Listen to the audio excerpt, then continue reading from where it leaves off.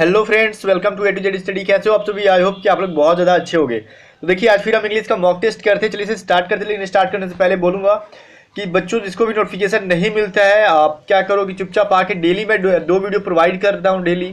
तो आप डेली क्या करो, चैनल पर विजिट करके यहाँ से देख लिया करो। आपसे रिक्वेस्ट है, ठीक है?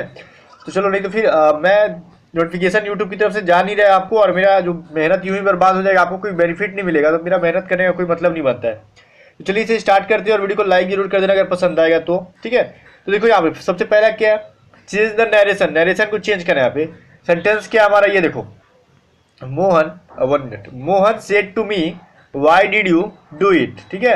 आप देखो ऑप्शन 1 2 तो यहाँ है, लेकिन 3 4 जरा देखो नीचे यहाँ पे दिख रहे होंगे।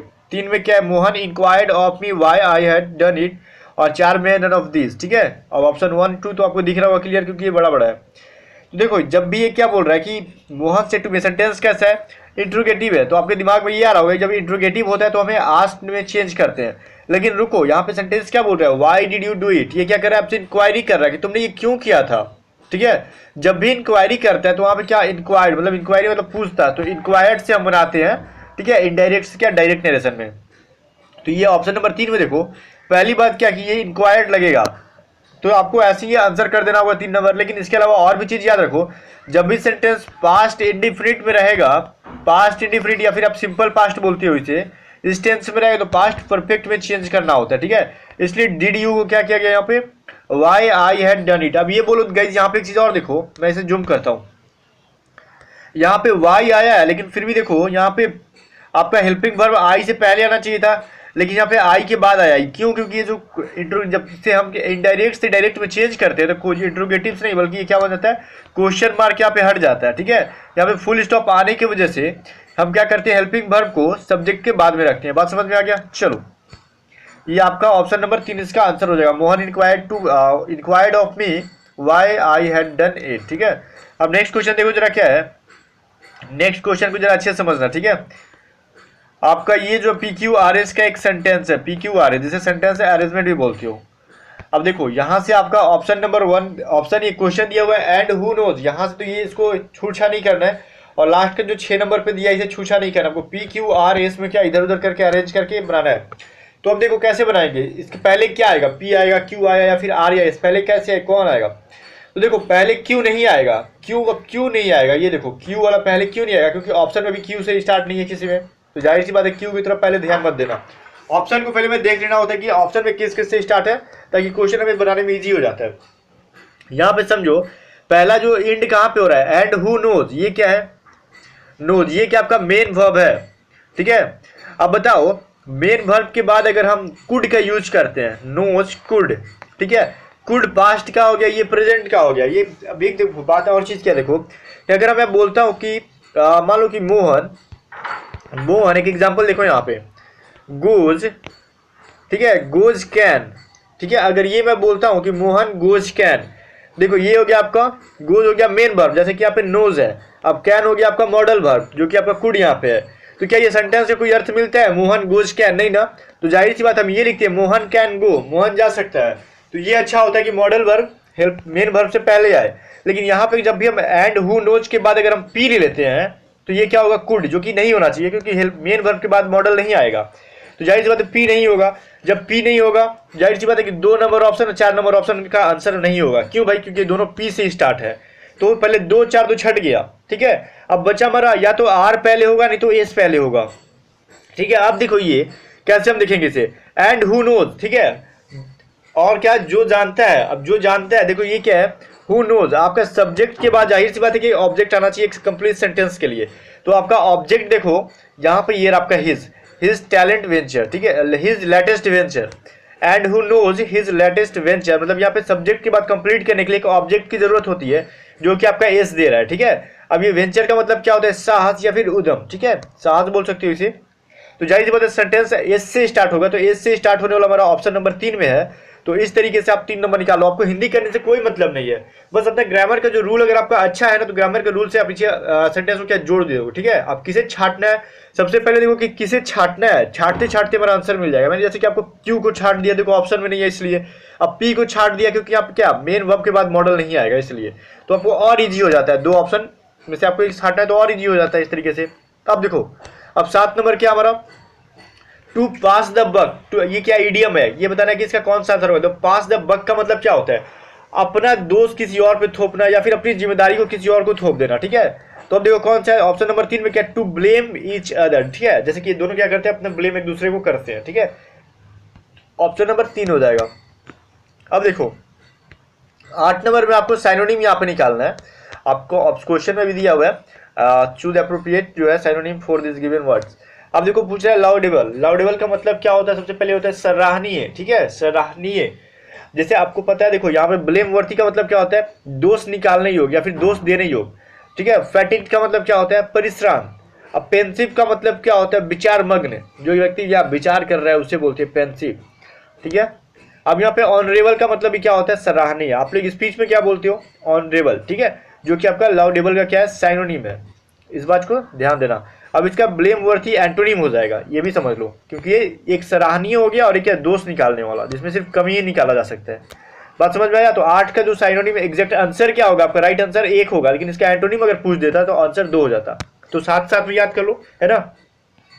अब देखो ऑर्नामेंटल, ऑर्नामेंटल जो है ऑर्नेट से बना हुआ है, ठीक है, ऑर्नामेंट से बना हुआ है, एक्चुअली ऑर्नेट से नहीं, ऑर्नामेंट से क्या बना है आपका, ऑर्नामेंटल। ऑर्नामेंट का मतलब क्या होता है, सुसज्जित, सजा धजा हुआ। अब ऑर्नामेंटल का मतलब क्या हुआ, कि जो सजाने वाला हो, ठीक है, सजाने, आप ऐसे समझ सकते हो। तब इसको बताओ, सबसे पहले तो हम देखते हैं ऑप्शन नंबर, ऑप्शन में हिंदी जानना। तो अनसिमली, अनसिमली का मतलब क्या होता है, अशोभनीय, जो कि शोभा नहीं देता हो। ये बिल्कुल भी इसका उल्टा हो गया भाई, ये क्या हो गया, ऑर्नामेंटल मतलब क्या, सजाया हुआ या फिर सजाने वाला, ठीक है, या फिर सजावटी बोल सकते हो इसे। अब ये जो अनसिमली हो गया, इसका एंटोनिम हो गया एक तरह से। अब देखो डिसफिगर्ड मतलब क्या होता है, बिगाड़ना, ये भी नहीं होगा इसका साइनोनिम। रिवोक्ड, रिवोक्ड का मतलब भी क्या होता है, मिटा देना, ठीक है। अब देखो डेकोरेटिव, डेकोरेटिव का मतलब क्या होता है, सजाना, डेकोरेशन से पता है ना, सजा, डेकोरेशन का मतलब होता है सजावट की चीजें, और डेकोरेटिव मतलब क्या, सजाने वाला, ठीक है, ये सजाने योग। तो ऑर्नामेंटल का साइनोनिम क्या हो जाएगा, ऑप्शन नंबर 4। चलो अब देखो पंजेंट, पंजेंट का मतलब क्या होता है ये बताओ। पहले ऑप्शन देखो, अब पंजेंट का मतलब क्या होता है आपका, तीक्ष्ण या फिर क्या, तीखा, ठीक है। अब शार्प का मतलब भी क्या होता है, यहाँ पे एंटोनिम पूछ रहा है, सिनोनिम नहीं, अब एंटोनिम पूछ रहा है। शार्प का मतलब भी क्या होता है, तीक्ष्ण या फिर बहुत तेज या फिर तीखा। अब ऐसे बोलते हैं बहुत क्या, शार्प, समझ लो, या फिर उसकी धार बहुत ज्यादा, या फिर कोई बात बोलता है तो बहुत ज्यादा शार्प बोलता है, जो कि सीधे दिल को लगती है। बात समझ में आया। अब एक्यूट का भी मतलब वही होता है जो कि शार्प का होता है। अब देखो पेंट्रेटिंग, पेंट्रेटिंग का मतलब क्या होता है, भेदना या फिर घुस जाना, ठीक है। अब देखो मेल्ड का मतलब क्या होता है, मेल्ड का मतलब होता है विंडर्म होना। अब पंजेंट का मतलब क्या होता है, बहुत तीखा या फिर शार्प होना है, वही होता है इसका एंटोनिम मेल्ड, मतलब क्या, विंडर्म होना। कोई व्यक्ति ऐसा बोलता है कि उसका कोई हर बात बुरा लगता हो, कोई ऐसा बोलता है मेल्ड मतलब क्या होता है, जिसका हर बात अच्छा लगता हो, ठीक है। अब बोलो रेवेज, रेवेज का मतलब क्या होता है, तो रेवेज का आपका हो जाएगा यहाँ पे ऑप्शन देखो, रेवेज का मतलब होता है बर्बाद कर देना या फिर क्या होता है आपका, विध्वंस हो जाना, ठीक है। अब देखो इसका साइनोनिम क्या हो जाएगा, सॉरी एंटोनिम क्या हो जाएगा। अब देखो रिस्टोर का मतलब क्या होता है, डिस्ट्रॉय का मतलब क्या होता है, डिवास्टेटिंग का मतलब, रेन का मतलब क्या होता है। अब इसमें आपको एंटोनिम अब तक मिल गया होगा। रिस्टोर का मतलब होता है क्या, मैंने हिंट दे दिया आपको कि वापस क्या करना, स्टोर करना, जो चीज पहले क्या होता है बर्बाद हो गया है उसे फिर से क्या मरम्मत कर लेना या फिर वापस प्राप्त कर लेना, ठीक है। अब डिस्ट्रॉय का मतलब तो पता ही है आपको, बर्बाद। डिवास्टेट, डिवास्टेट का मतलब क्या होता है, उसका भी मतलब होता है उजाड़ देना। रेन का मतलब तो बारिश, इसका क्या होता है एंटोनिम, रिस्टोर, ठीक है। रेवेज का मतलब क्या होता है, विध्वंस कर देना, बर्बाद कर देना। रिस्टोर का मतलब क्या होता है, इसे वापस ठीक कर देना, मरम्मत कर देना। बात समझ में आया। अब देखो 12 नंबर यहाँ पे क्वेश्चन क्या बोल रहा है, 12 नंबर क्वेश्चन बोल रहा है स्पॉट द मिसस्पेल्ड, मिसस्पेल्ड मतलब जो गलत है इसमें वो आपको निकालना है यहाँ पे, ठीक है। तो देखो मिसस्पेल्ड का मतलब क्या होगा यहाँ पे, सॉरी मिसस्पेल्ड का मतलब जो गलत होगा, लेकिन गलत कौन सा ये आपको निकालना है। तो देखो यहाँ पे जो आपको ऑप्शन नंबर 1 में दिख रहा है इम्प्रैक्टिसेबल, इम्प्रैक्टिसेबल का मतलब क्या होता है, जो अपने व्यवहार में नहीं लाना, लेकिन इसका स्पेलिंग जो है गलत दिया हुआ है बिल्कुल। इसका सही स्पेलिंग क्या होता है, IMPRACTICABLE, ठीक है। इसको जरा आपने लिख लेना या फिर याद होगी तो ठीक है। इसका मतलब होता है व्यवहार में नहीं लाना। अब इसका क्या, प्रैक्टिसेबल का मतलब क्या होता है, व्यवहार में लाना, ये IM जोड़ के उसका एंटोनिम बना दिया जाता है। चलो हम आगे देखते क्या है। Give one word for the following expression, one word substitution आपको बताना है। One who is breaker of image and tradition, मतलब कोई ऐसा व्यक्ति जो कि अपना रीति रिवाज को तोड़ता हो, मतलब क्या वो पूजा नहीं करना चाहता हो या फिर क्या रीति रिवाज को पूजा करता हो, लेकिन मूर्ति भंजक जिसको बोलते हो ना, हर एक रीति रिवाजों को तोड़ देना, हर एक परंपरा को तोड़ देना, उसी को बोलते हैं breakers of images and tradition, ठीक है। तो इसको क्या बोलते हैं, आइकोनोक्लास्ट, आइकोनोक्लास्ट, ठीक है, ICONACLST।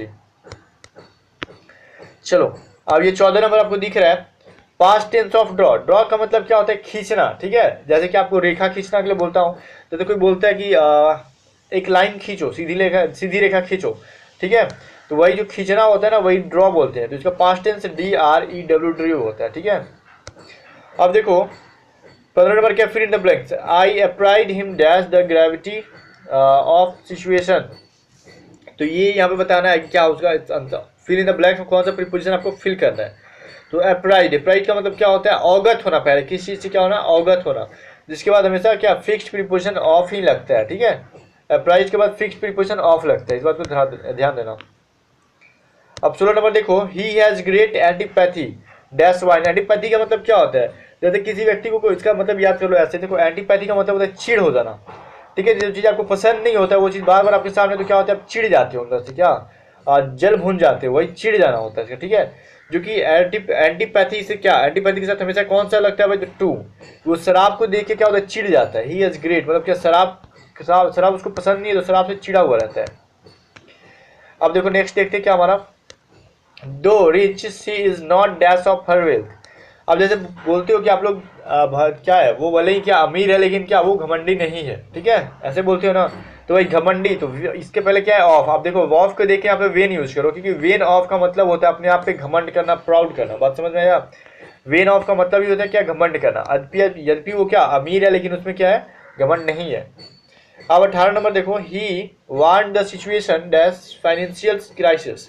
अब फाइनेंशियल क्राइसिस का मतलब क्या होता है, क्राइसिस का मतलब होता है आपदा आना, मतलब क्या, कुछ संकट आना। फाइनेंशियल का मतलब क्या, वो होता है आपका इकोनॉमिकल, जैसे कि पैसे वैसे की क्या कुछ कमी हो जाना, ठीक है।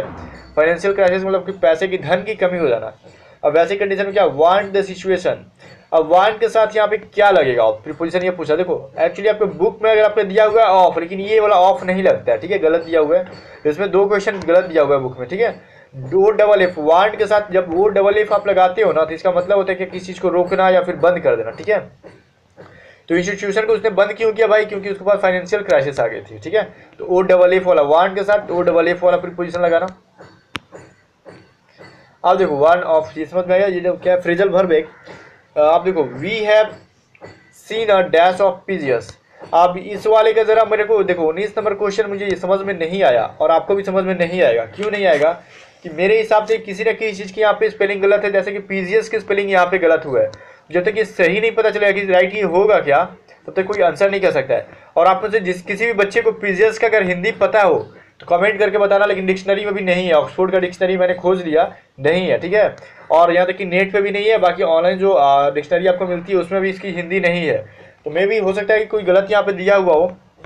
इसके बावजूद आपको, आपके पास प्रूफ के साथ अगर इसका हिंदी हो तो ही बताना। पिजन्स का हिंदी मत दे देना आप लोग, ठीक है। पीजियस का अगर हिंदी होगा तो ही कमेंट करके बताना, लेकिन मुझे अभी तक कहीं नहीं मिला, नहीं मैंने कभी पढ़ा था इसे। अब 20 नंबर देखो, infant of mayor is called. Infant का मतलब होता है शिशु, मतलब बच्चा। मेयर का मतलब क्या होता है, घोड़ी। अब घोड़ी के बच्चे को क्या कहते हैं, देखो यहाँ के ऑप्शन में आपको 2 चीज़ दिया हुआ है, कोल्ट और फिली, ठीक है।